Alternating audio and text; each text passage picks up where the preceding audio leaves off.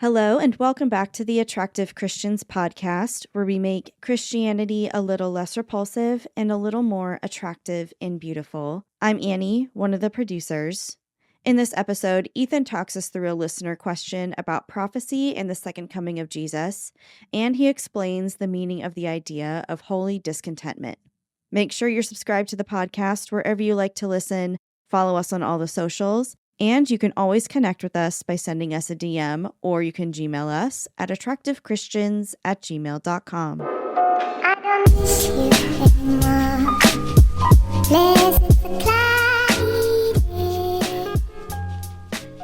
Hello, ladies and gentlemen. I know what you're probably thinking. Why are you standing up right now? And also, why are you wearing a tank top, Ethan? Are you trying to look like a tool? Because it's working. Well, hello, everybody. Welcome back to the Attractive Christians podcast. This is going to be, I think this is going to be the first time I've stood up during this podcast. I just figured I wanted to give it a shot. I feel really weird holding a microphone as if I'm like on a stage speaking or preaching. So I guess it doesn't feel that weird to me because I've done that a lot. But it feels weird because I'm like in my house doing it by myself. Standing here, I feel like I'm a stand-up comedian holding the microphone like this. But we'll see how it goes. Hopefully it's not too much like microphone noise or anything moving around, or I'll try to keep that to a minimum. And the tank top is actually intentional. I'm not just trying to look like a tool, although I recognize I do, but you'll see why it'll come up later and be important. So for Doors Open today, I have a cool story that just happened a couple hours ago. I'm recording this on a Monday night, and I have a Bible study with a bunch of dudes on Monday nights that I go to. And I won't give any details or specifics because I don't know what I'm allowed to share or not, because he didn't give me permission to share this. But there's a dude in the Bible study, and all I'll say is he works for the sheriff's office. And he told me, and I haven't seen him in a couple months. You know who you are, so shout out to you. You're awesome. I see him very occasionally. And he was like, dude, I don't want this to be weird, but whenever we're pulling up to what I know will be an intense situation with the SWAT team or I forget exactly what he said. I know he said SWAT team. He's like, whenever we're pulling up to an intense situation and I know it's going to be stressful or something, he said, I always throw on the Attractive Christians podcast because for some reason it helps calm me down or give me peace. Okay, I forget his exact words, but it was something along those lines. And I said, bro, that's crazy. I don't know how this podcast could bring anybody peace because we're pretty wild here, pretty random. I don't know how it could be helpful, but I thought that was so sick. And I was like, that's awesome. People in the sheriff's office are using this podcast to calm down for intense situations. However he worded it, I forget exactly, but it was something along those lines, and that's awesome. And I'm so grateful for every single one of you listening out there, wherever you are, whether you're driving to work or driving to something fun or driving up to a SWAT team investigation. I hope you're having a great day. My computer's down here, so I'm standing and got to keep bending down like this. For those of you not watching on YouTube, if you're just listening to audio, I'm sorry, okay? Anyways, with that, let's jump into some quick recs. Recs. Okay, so let me do 1.5 recs today and a negative rec. So that'll balance out to exactly half a rec. The negative rec is highest to lowest. It's the number 2, highest to lowest, and it's a Spike Lee joint. If you know film, you know what that means. That's just what he calls his films, Spike Lee. He's made a lot of good movies. He's made Malcolm X. He made, there's a spider on my ceiling. That's not the name of a movie. There's actually a spider on my ceiling. He made Do the Right Thing. He made Old Boy, the American remake, which was really good. Controversial take. Some people didn't like the American remake. I did. I thought it was good. And he made Highest to Lowest, which is another remake of another Asian movie called High to Low. And it was awful. This movie is trash. I don't care what anyone says. Most people also actually say it's trash, except for one film critic I follow who loved it for some reason. I don't know why. He saw something I didn't. The music was mismatched, the entire thing. Half the reviews talk about how awful the score is. It literally felt like a bad detective show from the 90s with the score that they used. And I'm like, the line delivery was terrible. The script was awful. It was illogical. The characters didn't have emotions. It was Denzel Washington, but it was maybe his worst movie. Maybe his worst movie. Highest to lowest. So that's the negative rec. And I had really high hopes for it because it's Denzel Washington. It's a remake of an Asian movie and it's Spike Lee. That should be a good movie. And it's awful. So don't waste your time on highest to lowest. It's on Apple Plus, whatever. So the whole thing is sponsored by iPhones and they show their iPhones like the whole movie. But that doesn't make it bad. Everything else made it really bad. The half rec is Black Rabbit. It's on Netflix. It's got Jason Bateman and Jude Law. And they're two brothers who own a restaurant in New York City called the Black Rabbit.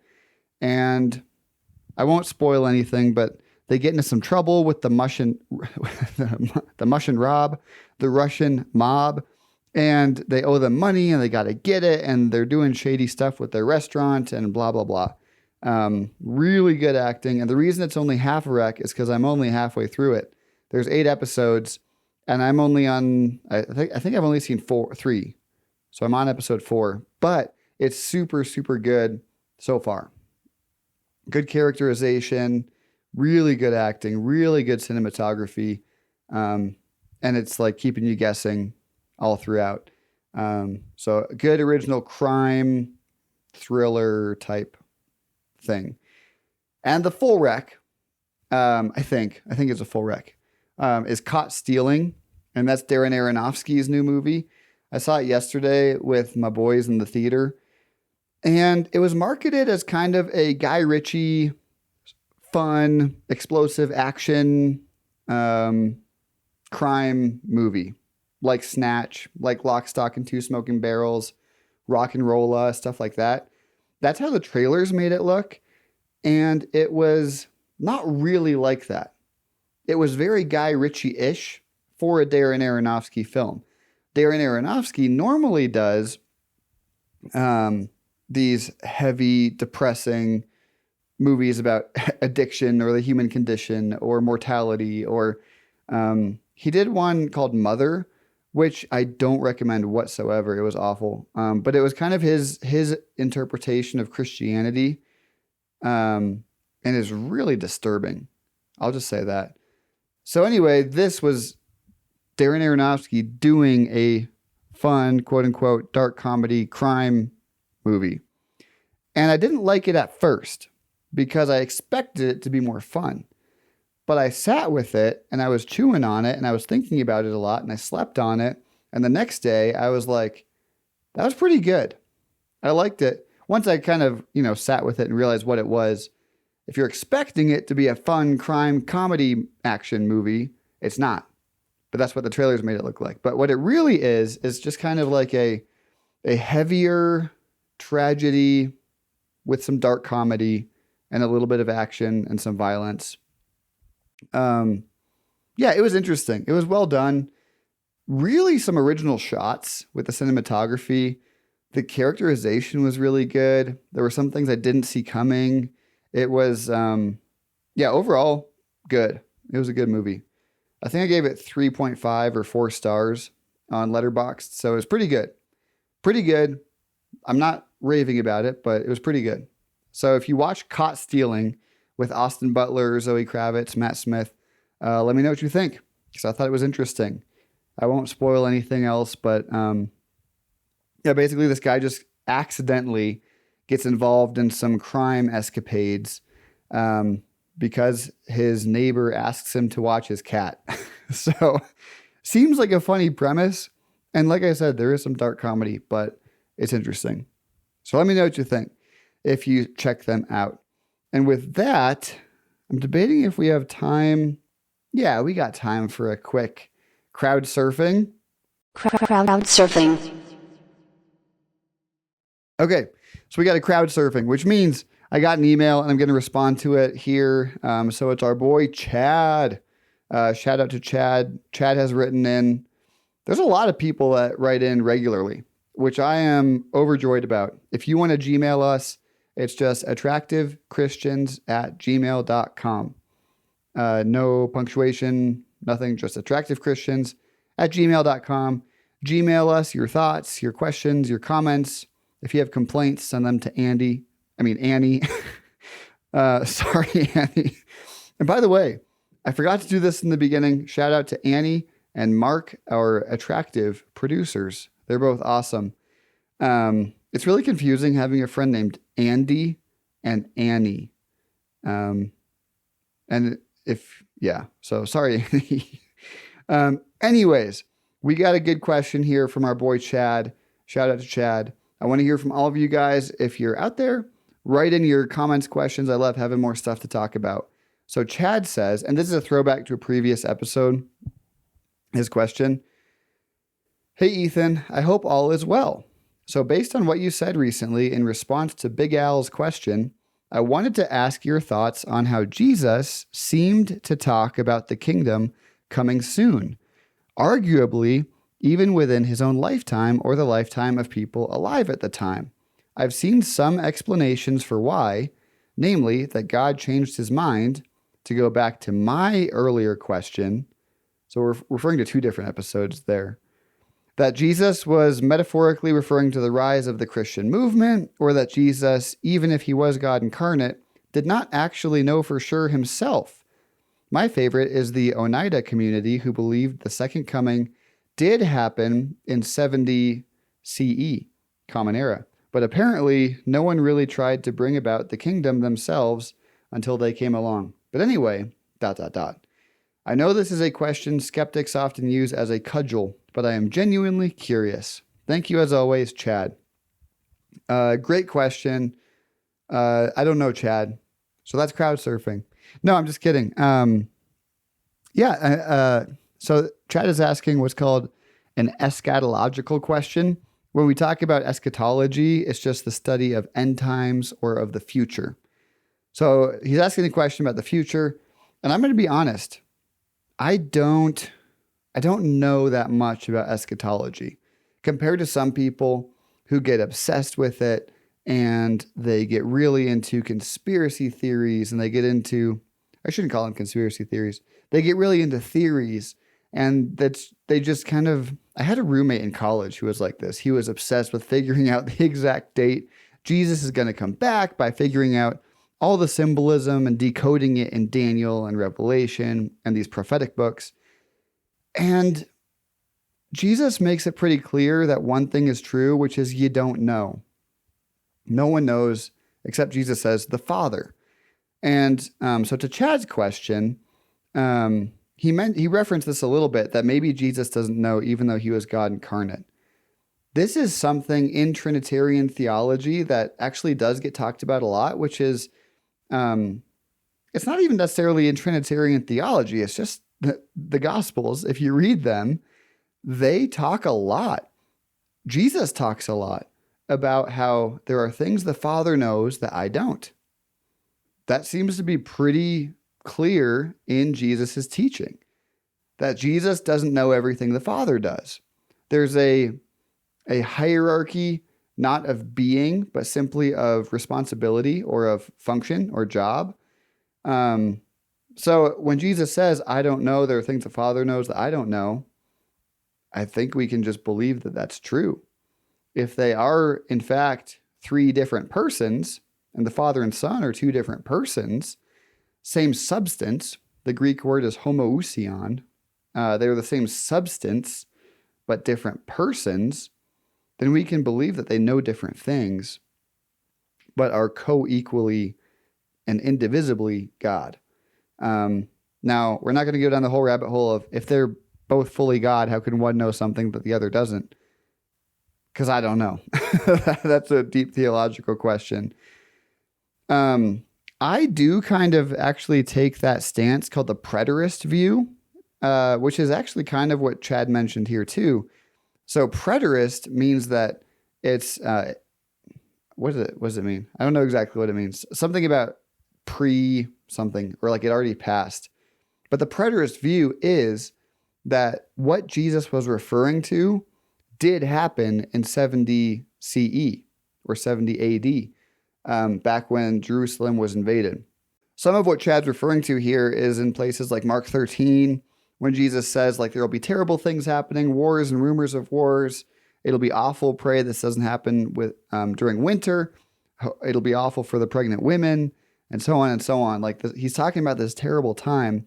And he says, this will happen before this generation passes away. Now, in 2025, that generation has passed away a long time ago.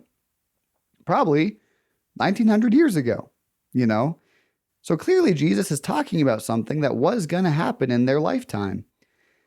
And there's a lot that you can read into the book of Revelation as well. Like, for example, now I can't remember if it's the beginning or the end, when John writes, "Do not seal up this scroll," because it was meant to be opened urgently. There's urgency to what John was writing. Now, if John is writing with urgency, why would he be urgent about something that's going to happen 3,000 years later, 2,000 years later, whenever, right? If it's still in our future in 2025, why would John, back in 95 AD, when he's writing Revelation, say, don't seal this up. It has to be opened right away and read right away. This is urgent. It's an urgent message for the churches of Jesus Christ around the Mediterranean, right? Why would he say that is so urgent if it's like talking about things that would happen thousands of years in the future? Does that make sense? It doesn't make sense. It doesn't make sense because John is not talking about things happening thousands of years in the future. That wouldn't make sense. If I'm writing a letter to my friend Dave, I say, Dave, you have to read this right away. You're not going to believe this. 3,000 years from now, the world's going to blow up. Dave's going to say, okay, I'll be long gone by then, you know. Why were you so urgent about this, Ethan? It doesn't make sense. So using a little bit of logic, the prophetic books have been largely misinterpreted by applying them to an eschatological future, which is still in our future today. I think a more accurate way to read all those prophecies, the apocalypse, the prophetic books, is to read them as an ongoing description of the experience of the people of God. So what I mean by that, people often come up to me, or they'll be like, when's the tribulation going to happen? When's the rapture going to happen? What's that going to be like? What's the millennium going to be like? And they're asking all these eschatological questions. And I'm like, dog, look around you. The Christians have been persecuted since the beginning. Jesus said, like, if you want to follow me, take up your cross. It's an ongoing suffering that people have taken on in the name of Jesus since Jesus, right? Like in the book of Acts, it only takes a few months, maybe years. You could debate exactly how long it is, from when Jesus leaves the earth to when Stephen gets martyred for his faith. He upset some people by preaching the gospel, and they throw stones at him till he dies. It seems pretty obvious that right there, the persecution is happening to the church. And you say, well, when did that stop? Well, it didn't. It hasn't. There's still Christians being persecuted every day, today in 2025. So the book of Revelation, if it talks about a tribulation, and it talks about the people of God being persecuted and suffering, when is that going to begin? I'm like, 2,000 years ago it began, right? So that's the urgency in John's letter, is the book of Revelation, which is open this up, be encouraged. Jesus is in charge of the universe, not Nero. Nero's not in charge of the universe. Jesus is. That's the revealing that's happening in Revelation. That's basically what the word, the apocalypse I forget what it is in Greek, apocalypsos, just means to reveal. It means something being revealed. And what he's doing in the book of Revelation is saying, look, it seems like this beast, the 666 beast, is in charge of the world, but actually zoom out, he's not. Jesus is. Everyone in heaven is bowing down to Jesus. The beast is just, he thinks he has power, but he has very temporary, limited power. That's what Revelation is talking about. And he is actually talking about Nero in that passage. Here's your fun fact. There's this term called gematria. Gematria is something that they did with the Hebrew alphabet, where they assigned every Hebrew letter a numeric value. And so if you write out Nero Caesar in Hebrew, I believe it's 8 characters, 4 and 4. If you write out Nero Caesar in Hebrew, add all the letters together, guess what it adds up to? 666. So, John is not talking about some demonic, crazy, weird thing where it's like 666, the number of the devil. He's talking about Nero in code, because if this letter gets intercepted by the Roman government and they're like, oh, how can you say this about Nero? Instant death. But if they're writing in code, like 666, like the beast is 666, and you have this 7-headed monster, well, in that time, it helps to know that Rome was divided into 7 states. So when he talks about a 7-headed monster, he's not talking about some actual future 7-headed thing. He's talking about Rome. The same way, if you're an American and you see a cartoon with a donkey and an elephant, you immediately know exactly what it's talking about. You don't say, oh, it's a cartoon about a donkey and an elephant. You say, it's talking about Democrats and Republicans. You know that right away. The same is true if you're in the 1st century in Rome and he's talking about a 7-headed dragon killing the people of God. What's he talking about? Rome, right? Like it's so obvious if you know the context, which we don't today in 2025. So, this is kind of a much longer explanation than I meant. So I hope this is interesting, Chad. This is just my understanding of the eschatology of the Bible. And kind of back to Chad's original question, you do have kind of this seemingly mixed interpretation of the end times and of Jesus's return. So, for example, you have, I want to say, man, I feel like I should be looking this up and not just talking off the top of my head. I want to say in 1 Thessalonians, Paul says, you need to work as if Jesus is coming back immediately. His return is imminent. And it seems that they took that really seriously. And some of them stopped working and they just kind of were sitting around waiting for Jesus to come back, not doing anything, just sitting, waiting, expecting, right? So Paul hears about this. So then you have the follow-up, 2 Thessalonians, and Paul's like, well, you still got to work. Like Jesus is coming, but also kind of live as if, I forget the exact verses, but that's where it's like, if a man does not eat, he won't work. Sorry. If a man won't work, he won't eat. Right?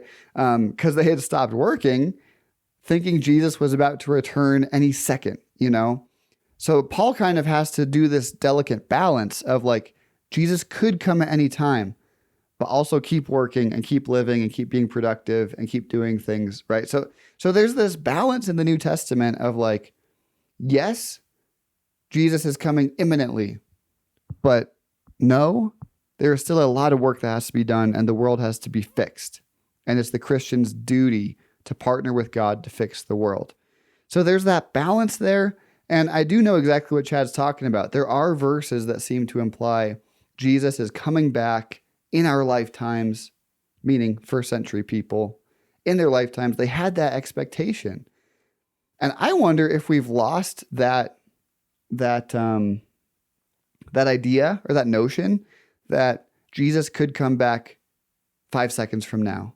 It could be that imminent. It could be right, And so we've kind of lost that. And I'd say, if anything, we lean way more toward the side of just casual, passive, he hasn't come back in 2,000 years, But Jesus' parable, like the parable of the 10 virgins with the oil and their lamps, like, how many of us have fallen asleep waiting and we're not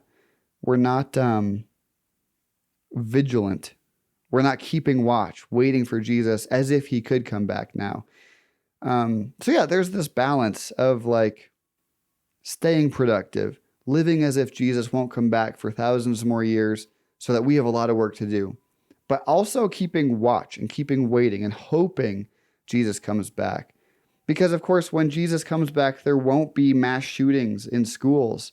There won't be political assassinations. There won't be injustice. There won't be billionaires while other people starve, like there won't be any of that, because Jesus will make it all right. And we believe in that. And that's a good thing.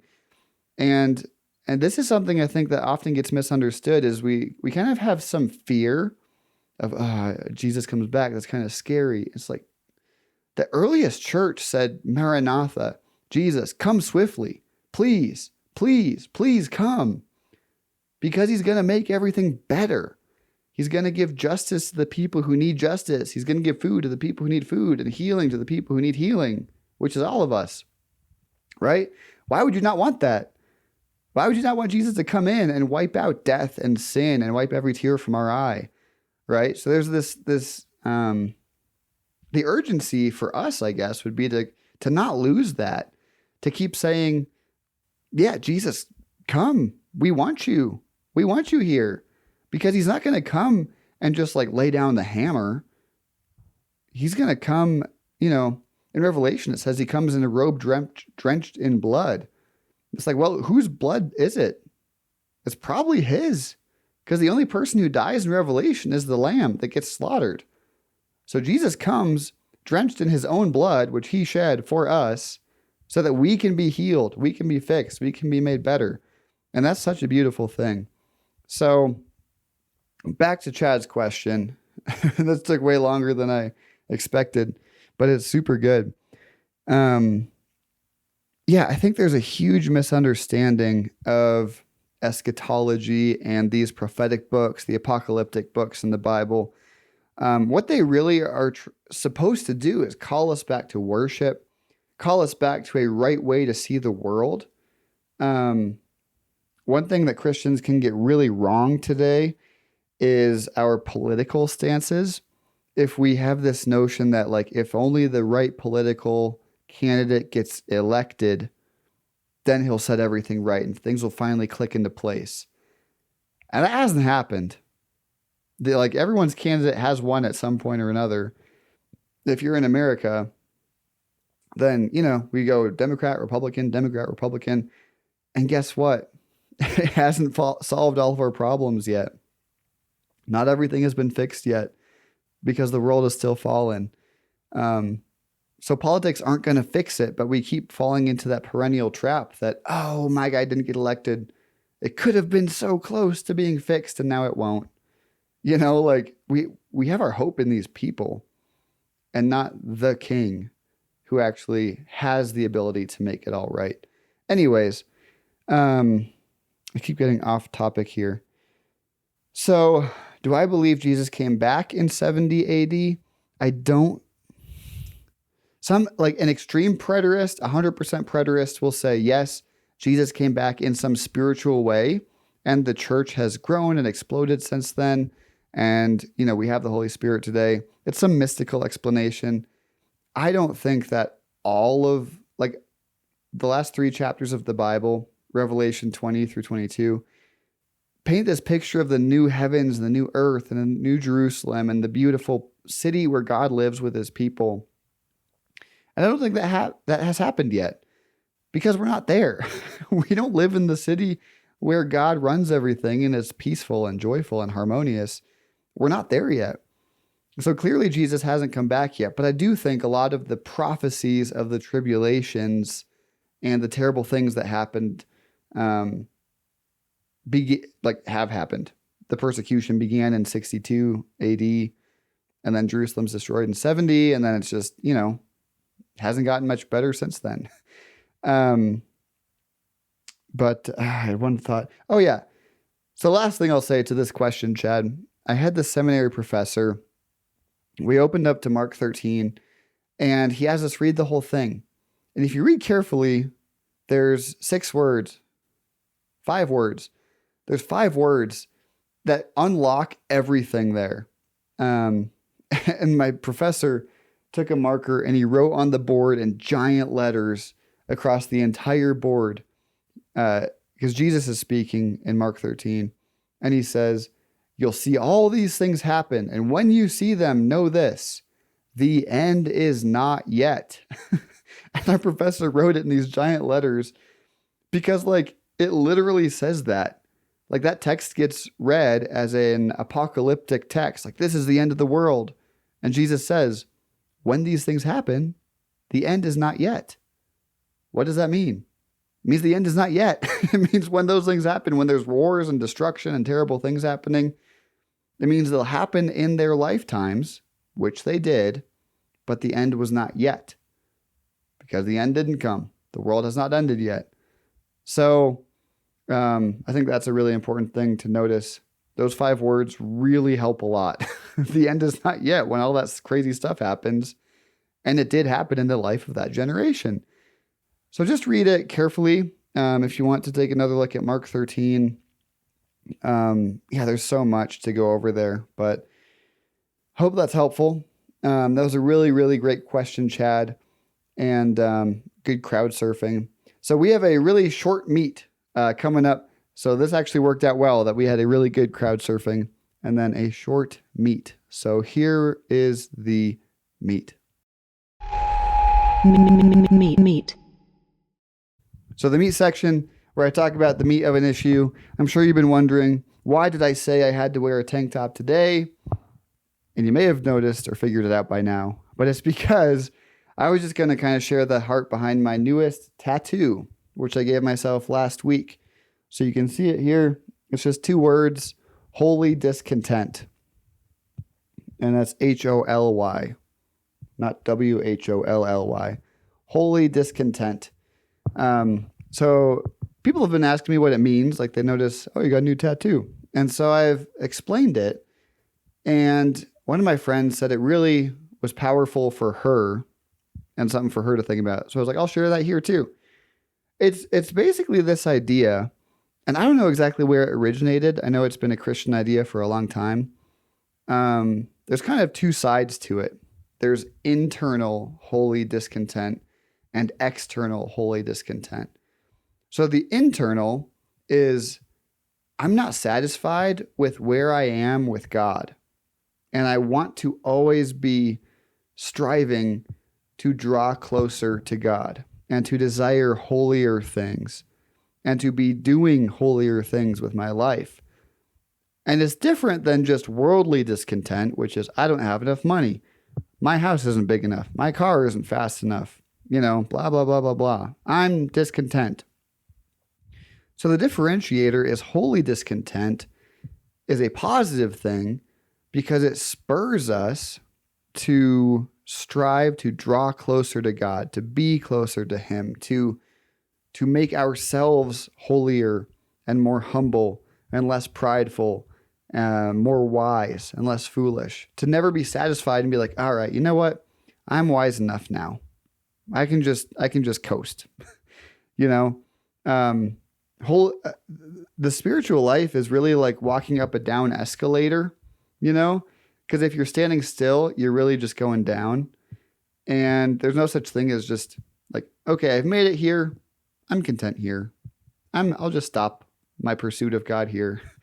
No, you're really just always sliding down, because if you're not moving actively toward God, then I feel like we're actively sliding away from Him. Like in James 4, where it says, draw near to God and He will draw near to you. Resist the devil and he will flee from you. Except not in that order.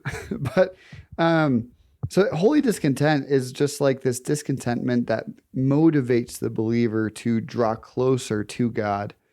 I think it's funny when you meet people and they're like, yeah, I'm a really strong Christian. I'm really strong in my faith. I'm like, geez, what's that like? I don't know. That must be really nice. Because I always feel discontent, and I wish that I was further along, and I want to be wiser. I want to be more humble. I look at guys decades older than me and I'm like, yeah, I want to get to that state because I'm not content with where I am. You want to draw closer. And there's also the side of holy discontent, which is external, which is that, like, I'm not satisfied with the way the world is. It doesn't sit right with me. And I want to do something about it. Like Mother Teresa had holy discontent because she went to India and she saw that these kids in Calcutta were starving and dying in the streets, literally. And she said, nobody should die in the street. That doesn't sit right with me, and I'm going to do something about it. So it was holy discontent that pushed her to change the world around her, right? I'm sure that we could just sit here and go through missionaries all night long. So-and-so saw something wrong with the world, they didn't like it, and they did something about it. So there's this discontentment with the world, not in the sense that like the world doesn't make me happy enough, but holy discontent, again, the big differentiator, holy discontentment says, this isn't right. God's kingdom should not look like this, and I'm going to make this look more like God's kingdom. Because in God's kingdom, there aren't just orphans starving on the street. I'm going to make Calcutta, India, where Mother Teresa was, I'm going to make this look more like God's kingdom. How do I bring that to earth? Right? Because that's what the Lord's Prayer is all about. That's what the Bible is about, is heaven coming to earth. And we get to partner with God in doing that. And that's the most beautiful thing, right? Like there's this famous quote, I forget who said it, some missionary said it. He's like, I asked God, why is there so much suffering and starving and injustice and poverty in the world? Why don't you do something about it? And God says back to him, well, I could ask you the same thing, And there's another version of that quote where he says, like, I am doing something about it through, or that's like, I am doing something about it. That's why you're here, or something like that. Like the church is God's way of doing something about it, because we are the ones with feet on the ground. We're the ones with hands that can work and fix things and do things and make things happen. God put us here. And we are the ones who can do something about it, so why aren't we? So that's the holy discontentment. So there's this unsettledness within the believer, which I think is actually so beautiful, because if we are content in this world, then something is off in our theology. It's like, yeah, things are good. Life is great. Let's just sit back, enjoy it. It's all good. Like, it's not. Like, that's the people Jesus said, like, you're lukewarm, I'm spitting you out of your mouth because you're just comfortable and complacent. Look around you. Look at how many things are wrong with the world. You're not doing anything about it, So there's that balance, again, of finding this discontentment, but in a holy way, and not in a way that stresses us out and says, oh, how can we ever do anything about this world? There's so many issues. How can I solve them all? It's like, well, good thing you're not the only person in the world. Good thing you're not the only Christian in the world. We're all called to it as a body. So anyway, that's the holy discontentment piece for the new tat. And that's why I was wearing a tank top today. So yeah, this is the Attractive Christians podcast. You guys are awesome. I hope you all stay attractive. Again, please Gmail me, attractivechristians@gmail.com. I'd love to hear from you. I'd love to have more prompts, more questions, more interaction. I want to be talking about what you guys want to talk about. So write in. Love to hear from you. And stay attractive and stay discontent. Love you. Bye. I don't miss you anymore.